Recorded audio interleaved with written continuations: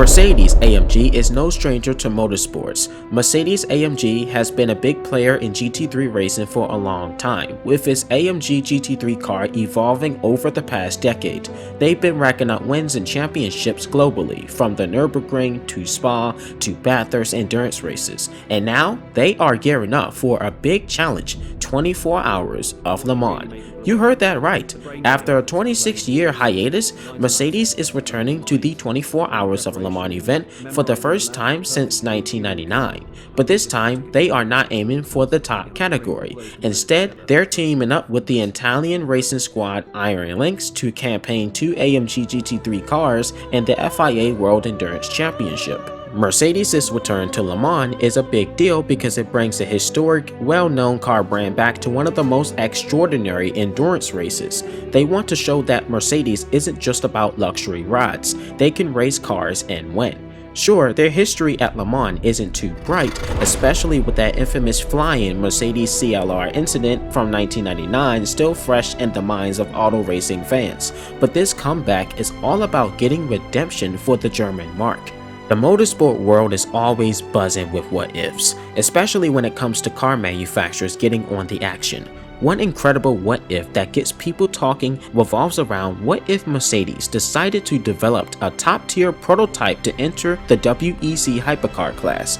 Even though it hasn't happened yet, motorsport fans love to picture how awesome it would be to see that car battle it out with the other hypercars. Just thinking about how thrilling those races could be and all the crazy challenges and adventures that would go down sounds exciting. Just a fair warning, this model may appear to exist, but it's a fantasy called the 2025 Mercedes AMG GTP E-Performance. It sounds like an idle name for the highest level endurance racing car, and the way it looks is stunning at first glance. I mean, just wow, Mercedes could bring this to life to highlight its future vision for road cars. It's worth mentioning that 3D model designer Max STDT Designs went all out to create this project for anyone to drive in the racing game Assetto Corsa, and he did an excellent job imagining what it would look like and how competitive it would be in the Hypercar program. Alongside their involvement in the GT3 racing series, Mercedes could enter the Hypercar and/or GTP category in the World Endurance Championship and the IMSA series. Imagine the fierce competition between German car makers of BMW, Porsche, and Mercedes. It would be awesome to see those three iconic brands go head to head, especially during the 24 Hours of Le Mans. When developing the Hypercar, Mercedes will have to put the AMG GTP through some serious testing to make sure it's not just dependable but also super competitive as it can be. It'll be all set to take on other hypercars with confidence and power. Mercedes has a promising opportunity to re-enter the top-tier prototype racing by developing either an LMH or LMDH prototype to compete in the WEC or IMSA after being away for a while.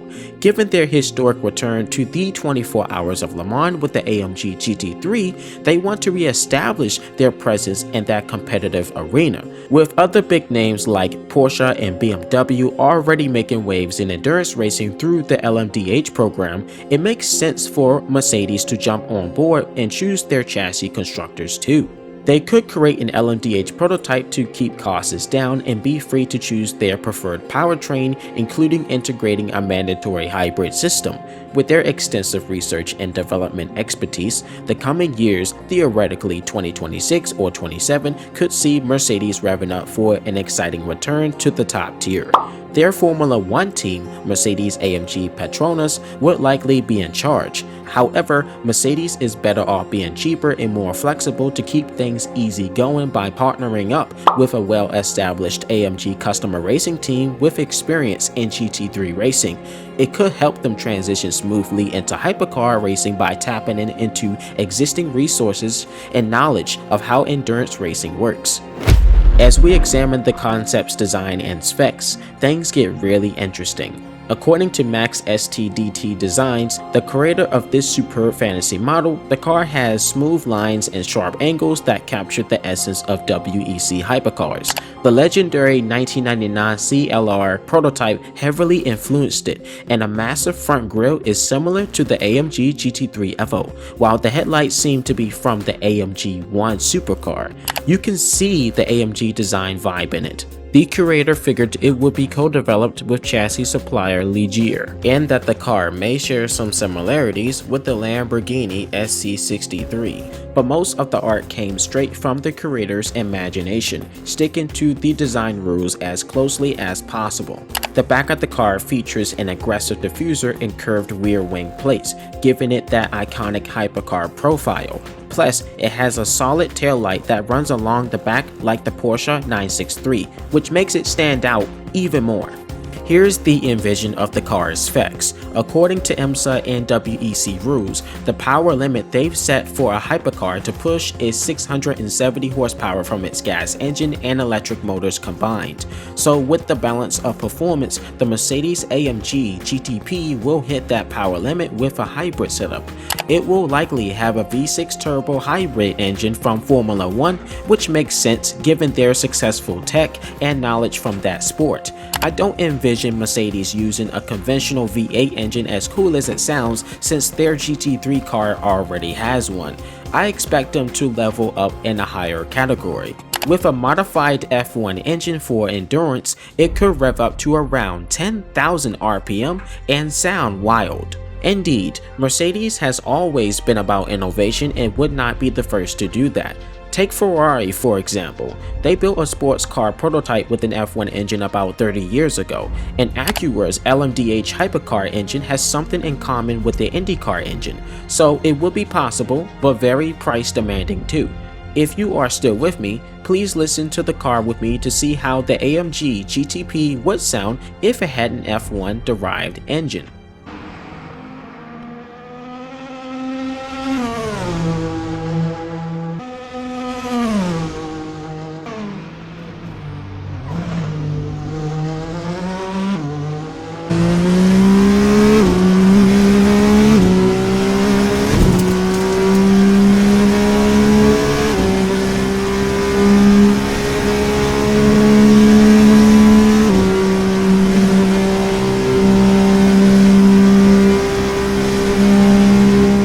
I can't help but imagine Mercedes jumping into the hypercar scene in WEC soon. There is a lot of excitement around the hypercar category as it is. It's a matter of time before they get involved in the hypercar program, which is sticking around for at least the next 5 years in WEC or IMSA. I would be surprised if the announcement leaks in the next year about them joining in. If they do, that would be amazing. They could if they want to, because it would form rivalries and draw significant attention to their brand.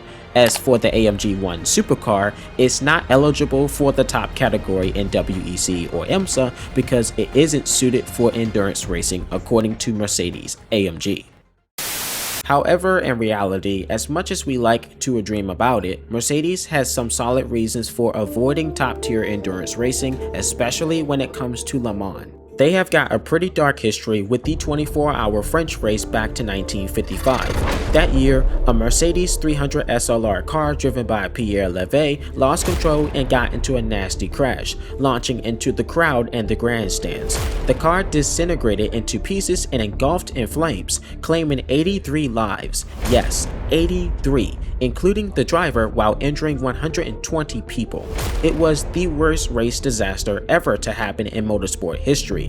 The aftermath severely devastated the racing community, resulting in significant safety protocol changes. Mercedes felt so devastated and responsible for what happened that they withdrew from racing for a very long time. Fast forward to 1999, Mercedes CLR prototype cars experienced multiple high-speed crashes at Le Mans due to insufficient aerodynamic flow in the car's design, which caused it to take flight off the ground at high speeds and flip multiple times during the race. That led them to withdraw from the event again and wave goodbye to top-tier sports car racing for good. On top of that, building a hypercar prototype takes a ton of money and time, which they might not find worth it since they are focused on Formula 1 instead.